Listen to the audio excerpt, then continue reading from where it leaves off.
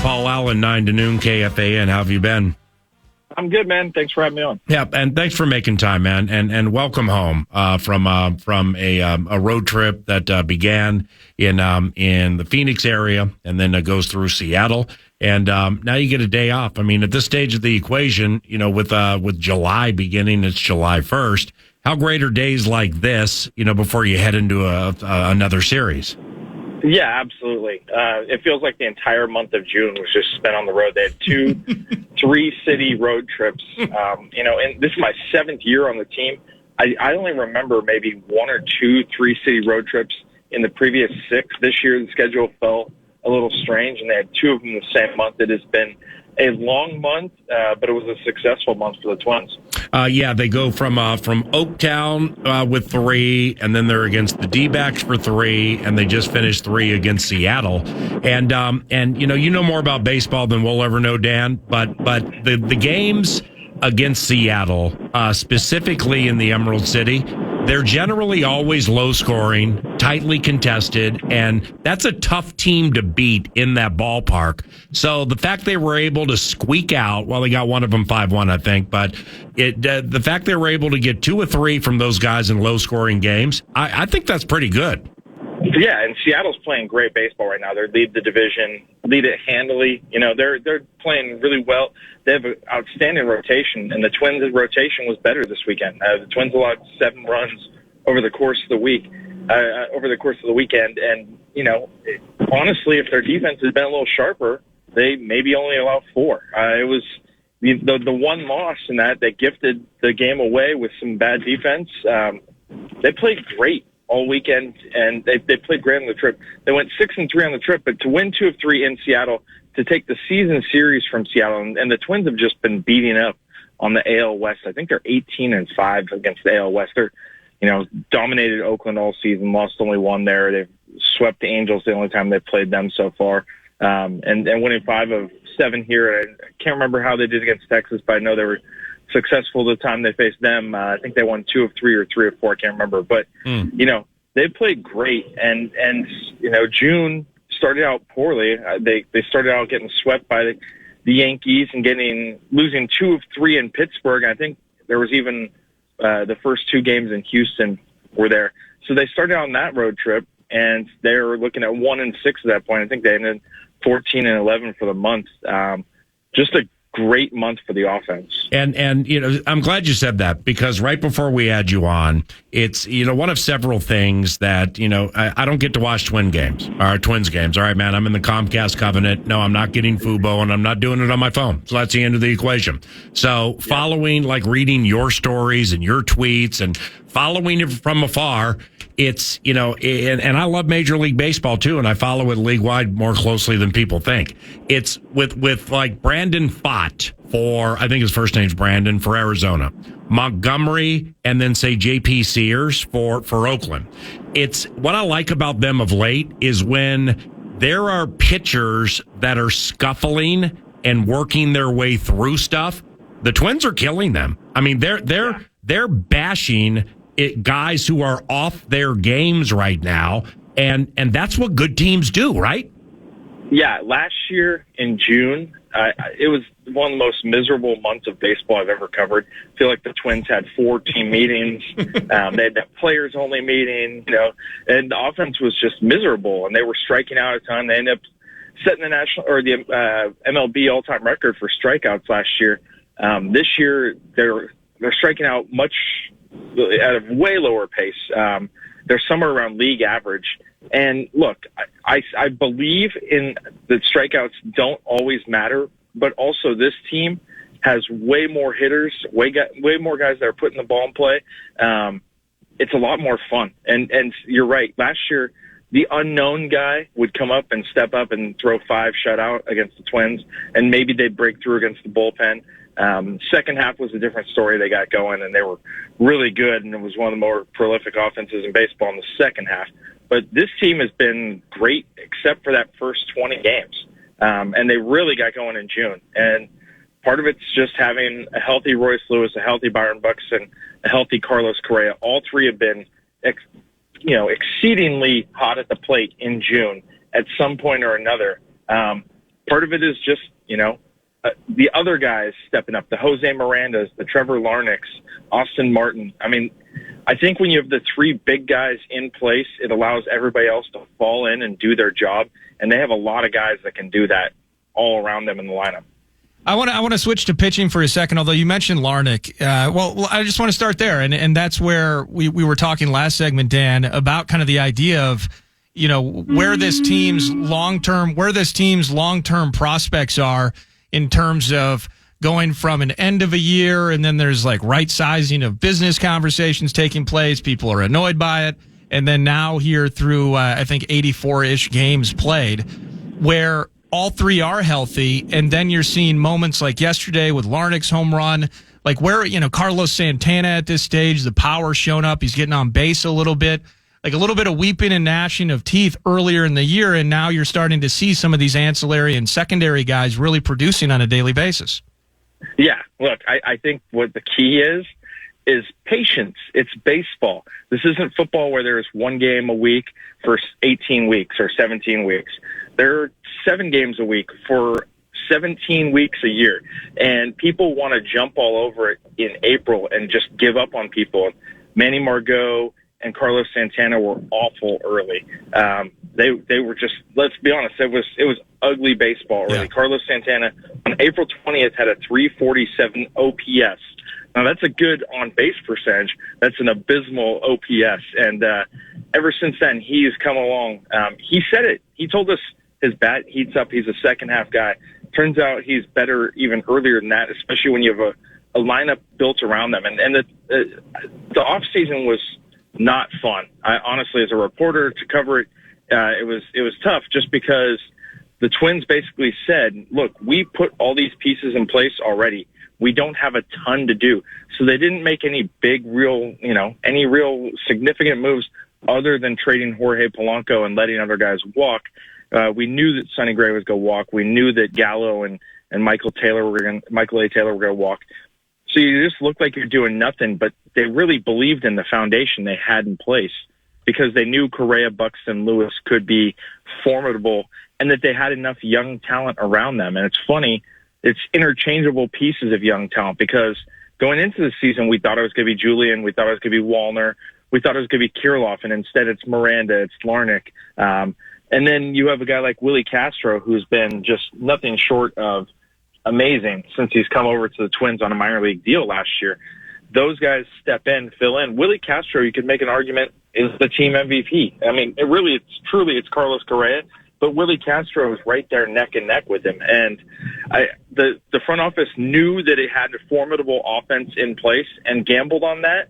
And it just took a while because that first 20 games was that bad. And it looked like it was a bad bet. But, that's why you have to be patient in this sport. You can't DFA everyone when they have a bad 3-week stretch because it looks, then you count on players who are younger, less experienced to come and step in, and maybe they make it, maybe they don't. But, the veterans like Carlos Santana, that track record, the reason why he's been around this long is because he does this kind of thing.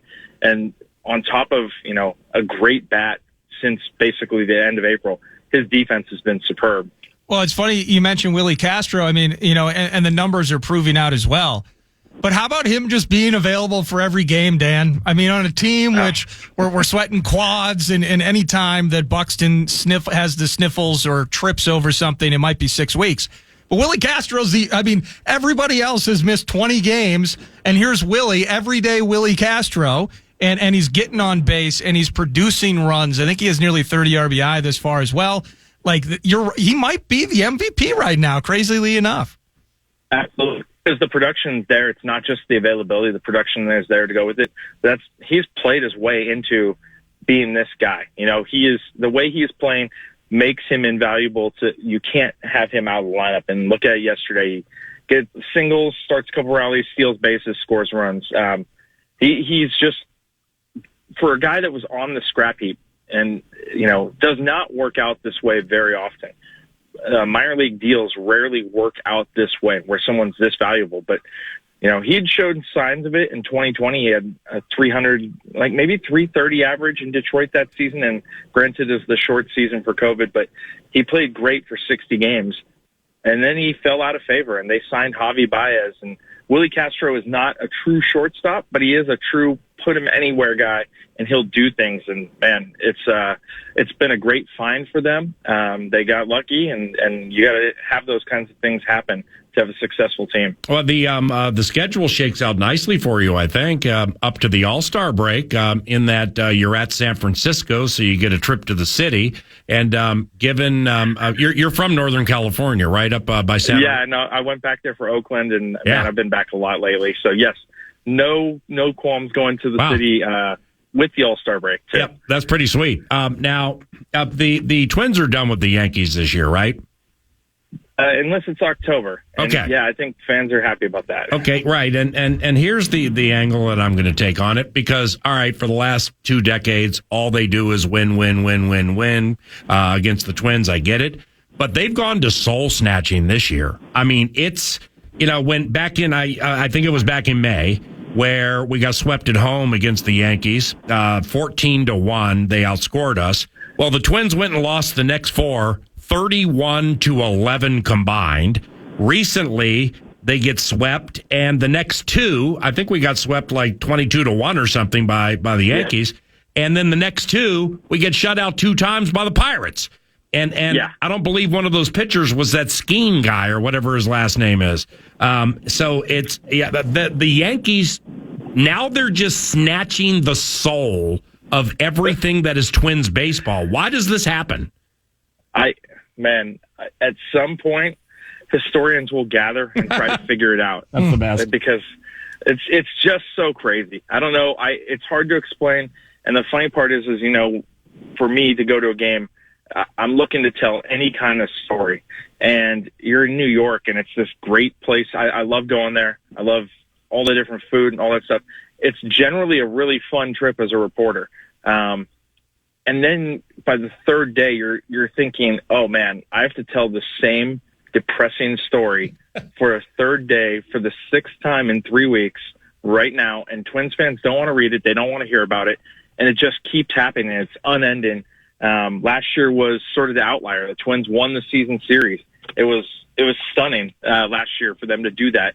And it's right back to the same old thing. Aaron Judge, when he faces the Twins, destroys them. Now Juan Soto's there. It's incredible the talent they have. And yet it's funny because now the Yankees are struggling and the Orioles are about to catch them. The Yankees look human, and they do it every year. I mean, they just went to Chicago. They lose a game or 2 against the White Sox, that kind of thing. It happens, and it's just stunning when it does, because it's like, wait, why do they have these mythical powers over the Twins? And they just keep doing it, and we're at 22 years and counting now. I know Gleeman tweets the stat out all the time, and it's like the Twins play like .530 winning percentage baseball against everybody else. Against the Yankees, it's like .202 and miserable. Hey, something that hasn't been miserable of late, like just kind of trying to microanalyze the pitching staff. You let Sonny go. There's change, all of this. You want Joe Ryan to bounce back to that pre-injury last summer, weird bid in Atlanta, etc. Joe Ryan's been your best pitcher, and with Pablo Lopez, you give him a little extra cash for his services, and he has a rough start to the year, but now the team has won his last 4 starts. I think he's gotten the win in 3 of those 4. Like, what's good right now? Maybe about Pablo finding some rhythm. Are we seeing some positive things from the Hurlers? Yeah, no, honestly, if Pablo's the guy he was the last 2, he is their best pitcher. I think the last 2 is 14 innings, 23 strikeouts, 1 run allowed. That's the dude that you wanted right there. And he had a midsummer slump last year, too, and then he got in a roll. And I know they've made some changes. They're being very secretive about what those changes are so far. I think they want to see it play out for a little bit longer to declare, like, Pablo is cured. But, man, he looks like he's on the way. Joe Ryan also has done a good job, just consistency all year. Even when Joe Ryan has a rough start, it's 4 runs allowed, over 5 in the 3rd or 6. The team is still in the game, and I think that has made him into a potential all-star candidate. It's going to be interesting to see where their all-star comes from, but Joe Ryan has been so good. His strikeouts are way up there again. Bailey Ober has been really good, too, lately. Those 2 have really done a good job of not having a ton of blow-up starts. it's tough because Ober's first start was a blow up, and I think that left a bad taste in Twins fans' mouths. But you look, and he's been really consistent, going out and giving them 5 to 6 every time. Where they need the most help is in those 4th and 5th spots. Simeon Woods Richardson's been very good as a rookie. Rookies tend to have blow-ups, and that's something that they have to kind of look out for. But for 11 starts, he's been really good. And then, obviously, the other day they debuted David Festa, their number, I think he's the number 99 prospect in baseball, and he's stepping in to fill in for Chris Paddock while Paddock rests his shoulder. And that was a planned thing. They knew they were going to give Paddock some time off. But look, if you have 3 guys really rock solid in your rotation, and Pablo and Joe Ryan are certainly capable of that, and between Bailey Ober and the other guys, if 1 or 2 of them can step up, you're in a really good spot with this offense. That's how this team was built around this offense will score a ton of runs, and then we have some relievers in the back that can secure victories. And I think that the bullpen this year has been shaky at times, but overall, I think the bullpen has done its job about 85-90% of the time, and that's the formula. Get the lead, hold it, and I think the group is there to do it. The question is whether or not Cleveland will ever slow down, because the Twins are playing 91 win pace baseball right now. That'd be about 4 more wins than last year if they end up there. I honestly think they're playing better even of late. So if they can keep it going, especially with a little bit of a favorable schedule coming up, maybe they can make some ground up on Cleveland. I don't know. Cleveland has been really good. Their offense is great. They are hitting more home runs than ever because of some changes to their home park, and their bullpen is elite. Yep. So I don't know if the Twins catch them, but the Twins certainly are making themselves a very strong wild card. And in baseball, it's Doyle Brunson, a chip in a chair, man. You get in the playoffs, you have a shot. That's all you're looking for. Dan Hayes by day covers the Minnesota Twins and writes about baseball for The Athletic and theathletic.com. Follow him as 9 to noon does, if you would be so kind, at Dan Hayes MLB. That's Twitter. At Dan Hayes MLB. That's what he does by day.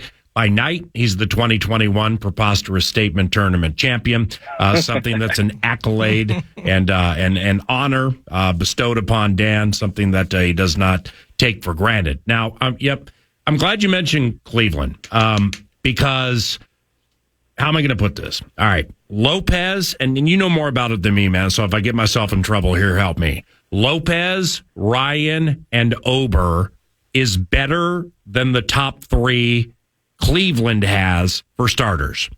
Absolutely. Cleveland's bullpen, is, high of high it. Twins ain't bad, but Cleveland's, it might be first with a bullet. So now you get to the bats. And I know Cleveland was hitting better than any team in baseball for 2 weeks. Then they went to Kansas City and they slowed down a little bit, but that'll happen.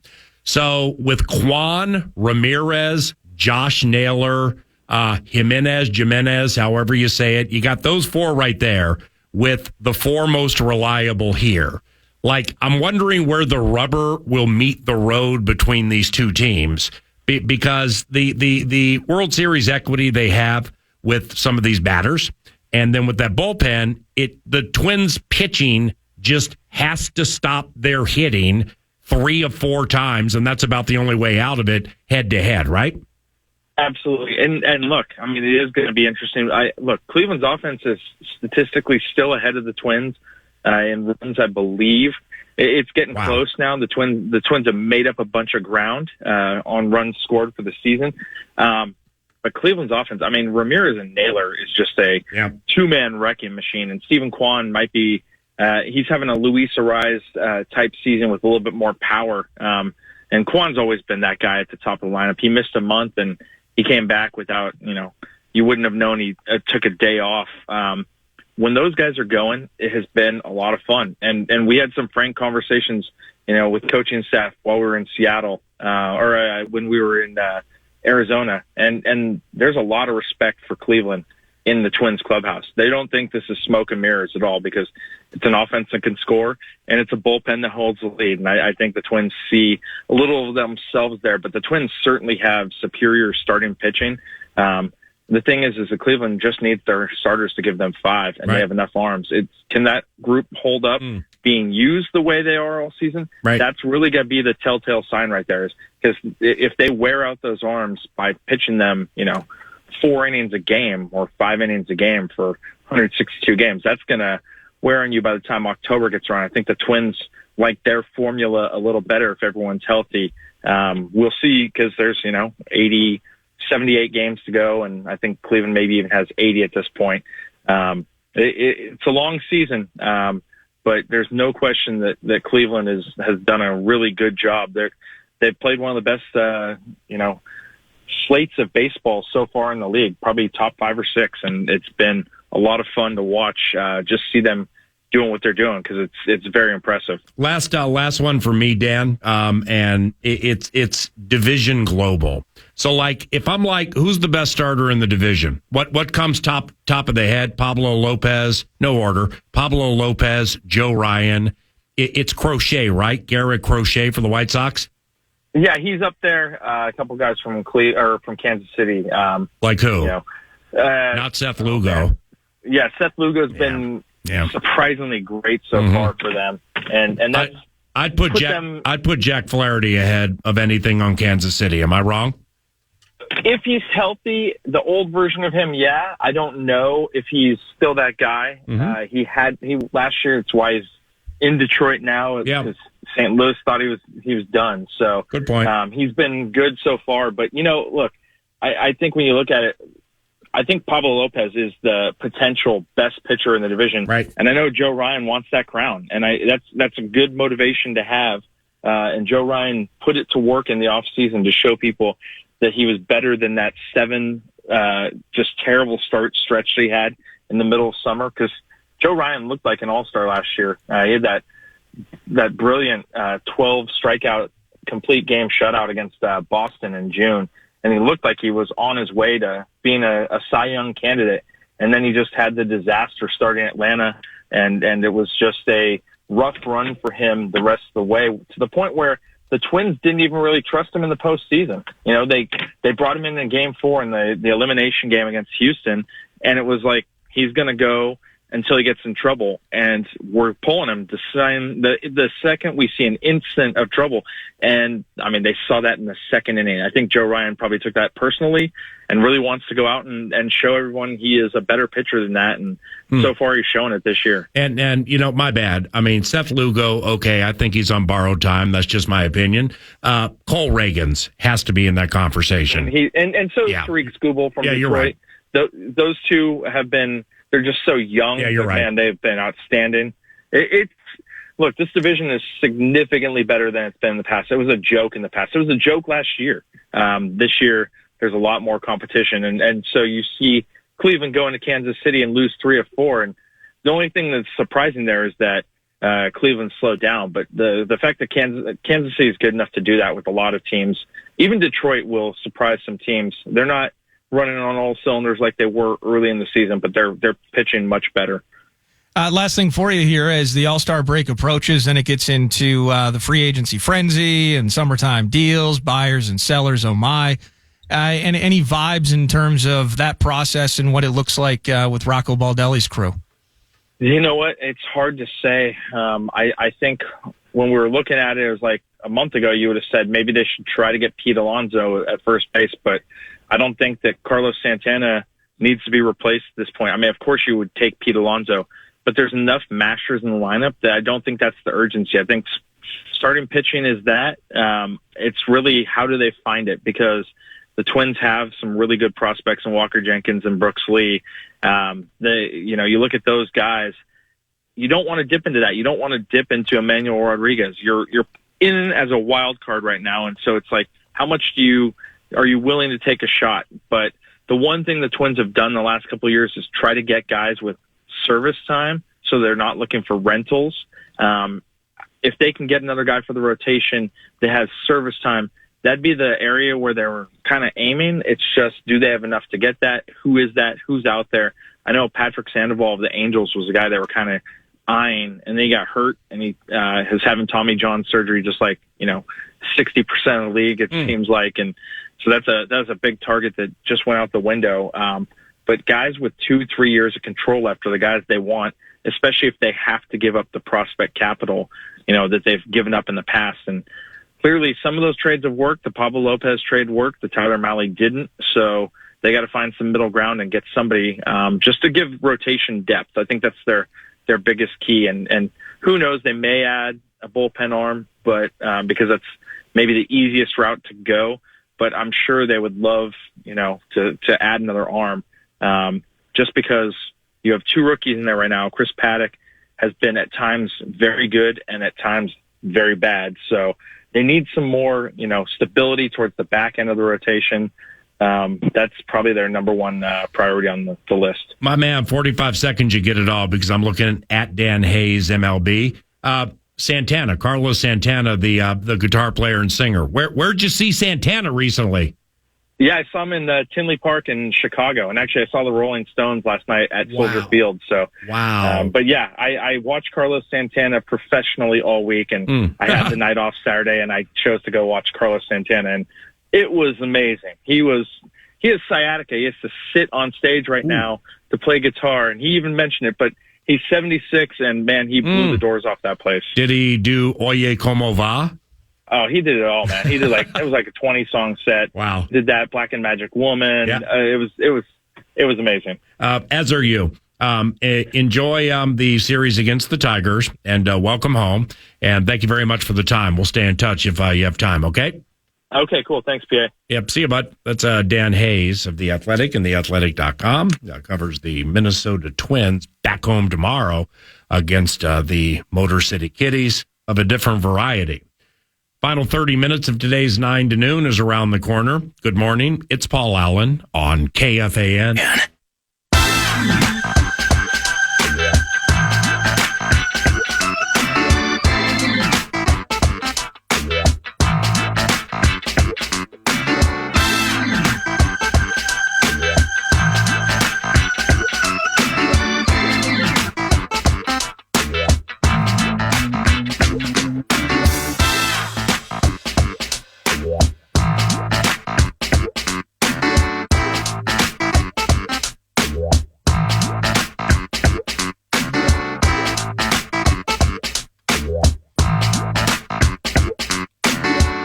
Short segment here, 9 to noon.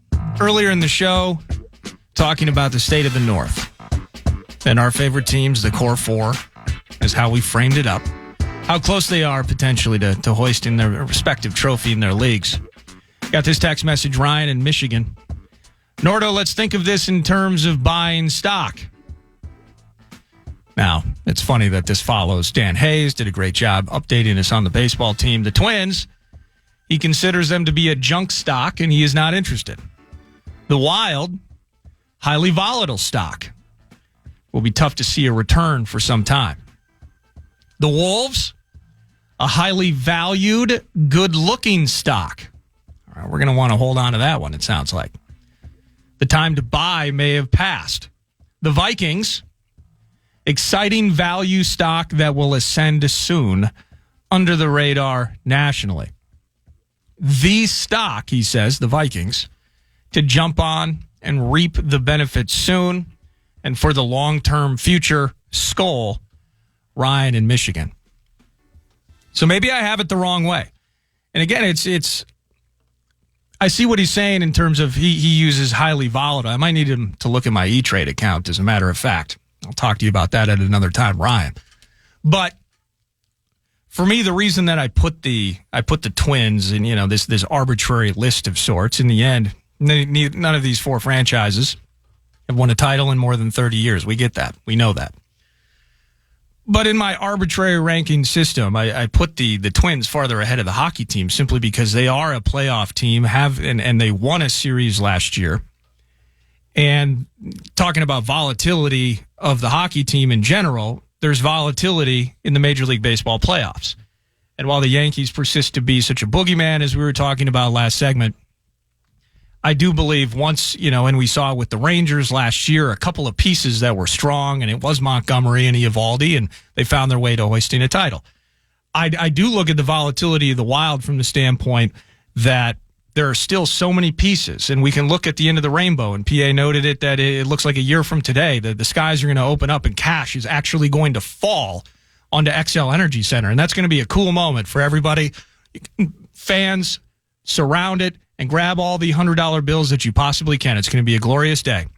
But even after that happens, you're looking at aging spots. You're looking at young stars. I have a lot of questions about Marco Rossi myself. The goaltending has suddenly been a talker now. Flower ain't getting younger. And Philip Gustafson, Gus Bus, had a tough season. So how does that get better and all of those things? And then looking at how the teams that are winning the cup are built. And it goes beyond. You know, I love playing the MV3 game or the duo or the tandems where Kachuk and Barkov. But then it is Reinhart. It is Verhaeghe. Bennett, you know, it feels like he's usually instigating. He's kind of the Andrew Shaw of that group right now, or the Marchand of that group, it seems like at times. But you have that list. And for the Minnesota Wild, it appears at this stage that the Wild are a Kaprizov and Eriksson Ek tandem. And then what?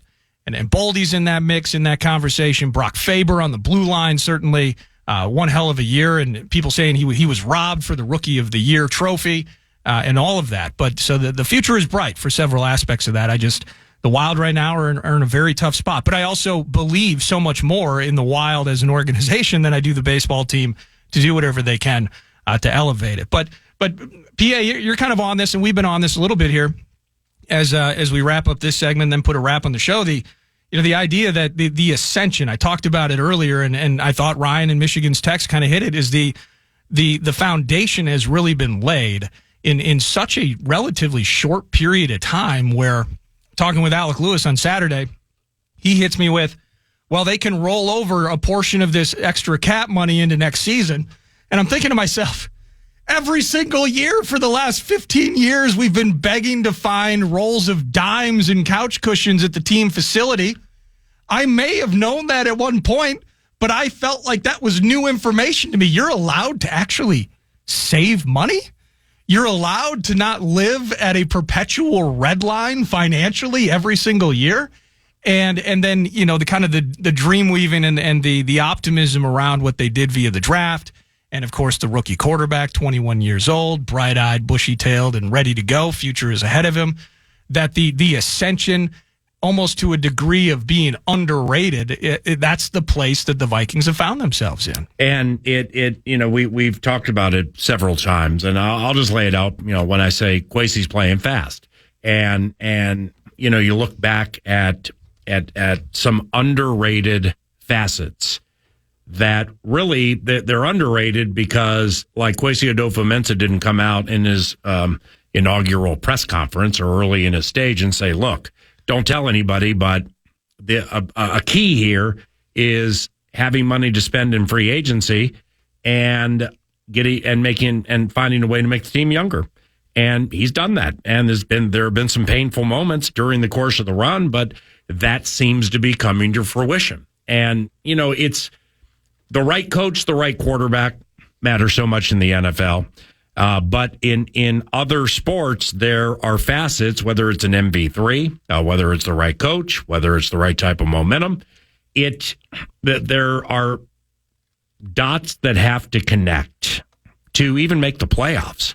And we're talking about hoisting crowns. You know, I mean, it's granted they haven't done it since in this market since 1991. But, man, just including injuries and distractions, just so many things have to go the right way. There's a feel here, at least from yours truly. The baseball team's good. The hockey team is pretty good and has flexibility to get better. The football team, this is an interesting year because, okay, the 4 quarterbacks last year and some injuries defensively and stuff like that definitely played into it. But the year before that, 13-win operation, one of the most exciting seasons in the history of Vikings football. It's not a rubber meets the road year for the coach or the general manager, but it's an identification type year, kind of like copyright Roger Daltrey, who are you? And the Timberwolves are not only good, they're young, and the management leadership are aggressive. Those are good. Those are good things when it comes to the core four of sports here in this market. So it's we can't tell the future, and we're not going to cast our gaze the way of a certain year and be like, hey, this team's going to win this championship this year. But it feels like the core four, in a certain way, is closer collectively than it's been in quite some time. I can't wait until tomorrow. Likewise, it's 11:51, and we thank you very much for listening to 9 to Noon today with yours truly, Paul Allen, mad producer by my side. The Covenant Catch-Up with Adam Thielen, maybe my favorite part of the radio show. Before that, 13-year-old, soon-to-be high schooler at JJ Vikings via Twitter. He started the radio show and had some wonderful things to say. But the Covenant Catch-Up with Adam Thielen, specifically when I caught him off guard, talking about Bryce Young, soon-to-be a second-year quarterback from Alabama, and how gifted Bryce is. Bryce is skilled. I didn't put it this way with Adam, but their offensive line was one of the worst in the NFL last year, and their running game wasn't much better despite overpaying for Miles Sanders. So that all played into Bryce Young's season. But Adam either didn't think I knew, or B, remembered the double move he put on veteran corner Byron Murphy Jr., center of the field between the hash marks, down 8 very late in the game. Yeah. And it's a touchdown if the kid sees it. I mean, it's a touchdown because AT19 ain't dropping it. Then if they get the 2, all of a sudden, a 7-win season with the 4 quarterback trick and the defensive injuries and fatigue. Now all of a sudden it might be 6. Because Bryce on that final possession, man, we saw some skills that are requisite of a high-end quarterback. But when I brought that up to Adam, talking about Bryce, I'm like, yeah, what do you say to him? Do you turn the other cheek after you put a double move on one of our best corners, you scorch him, you're open back center of the end zone, and the kid misses you? And Adam had a really unique answer. Listen to that when you podcast at KFAN.com. It is Love Covenant on Demand. Thank you for listening. I'm Paul Allen. Here comes the con to put a wrap on the show. And the wraps are brought to you by Casey's Food and Fuel Rewards and Elite Pizza. So many deals this summertime. Jump into a Casey's today. Should have opened the show with Loose Booty, or maybe Hold On by the Blowfish and Hootie. Give PA the ball, watch for the double dribble, and give him some space. He's currently spitting kibble. Road trip to Cali for family fallness. 30 hours in the car with Kevin, they are all blessed. Summertime adventure can't wait to arrive. Kids, tell Dad to stop texting while he drives. But happy early 4th to one and all. Hope nobody does the Jason Pierre-Paul independence of our nation. Flags wall to wall. Hope by then the host isn't stuck in a toilet stall. Never heard before of bad jello. Kick the feet up, chill out, and keep it mellow. Cheers to all who listen. It is time to get busy. And I promise on our show you'll never hear the word glizzy. Hey, loved it. Well done. Have a good 4th. Podcast today's Paul Allen Show, or listen back to previous show and interviews by going to the iHeartRadio app or KFAN.com.